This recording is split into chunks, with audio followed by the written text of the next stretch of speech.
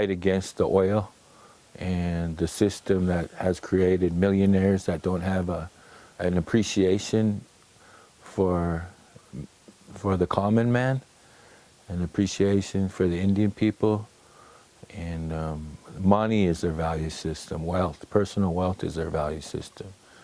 And in our way, in our Indian way, our wealth is more spiritual. So we even have these things called the potlatch in the northwest coast with the Salish Indians over there, and the Dakotas have this event called the giveaway, meaning we're only as rich as much as we give away.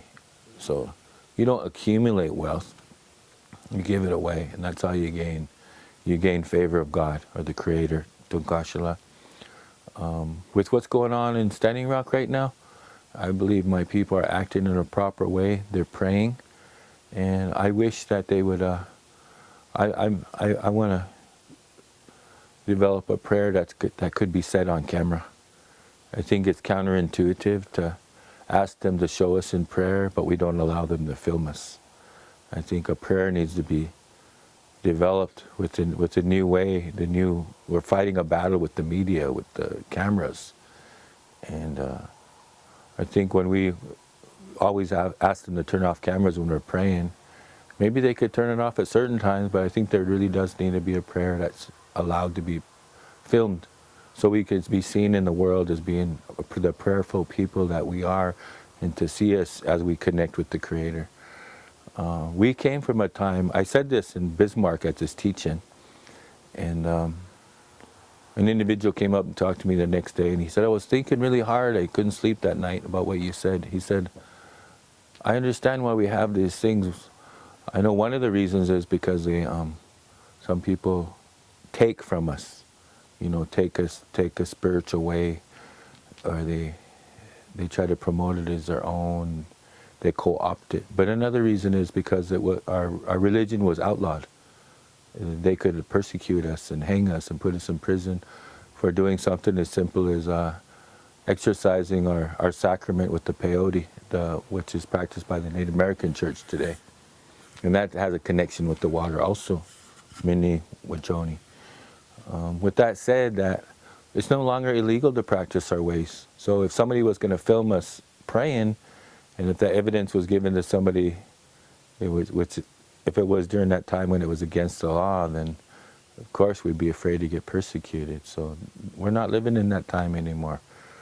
And we're having a battle with these pictures, these photos, and I think we need to show them what we really are. We're sacred, and we're connected to the water, and we want a way to protect this, and the world could see us. And I hope that's what happens. There was a lot of negative things shown on camera recently, and I'm going over there for my 3rd trip, and I'll be making a 4th trip and probably a 5th trip, because I got to go back to the Northwest and the Seattle area and be with my children and grandchildren, and in my art gallery. I do art, but I do art for social justice and history. That's my reasons, not to make something pretty for something to hang on the wall and not understand what it means. I think I want to say that I really believe in our Indian ways, and I believe in the Ochete Shaku, and I believe in the 1851 treaty, and then that we own all of that. We're not on private property when on the oil where the line is being built, the pipeline. They're on private property. They're on our property. They're on our treaty land.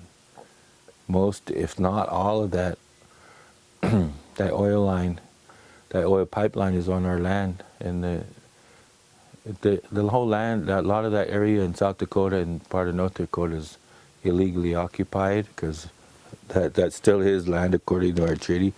Most of the Sioux Nations never accepted that treaty money, and I think you would find out that if we were the landlords, so-called landlords, we would be.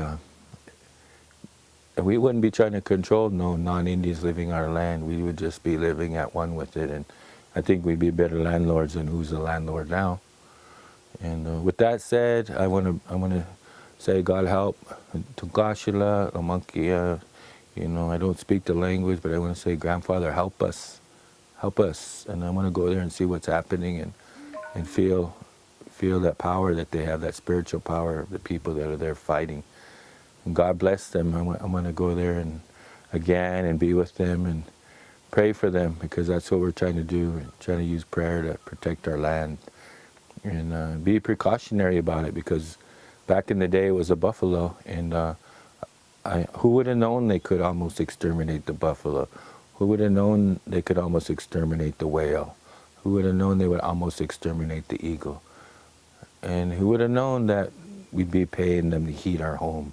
You know, replace the firewood with electricity, and now we got to be wage slaves and work for them.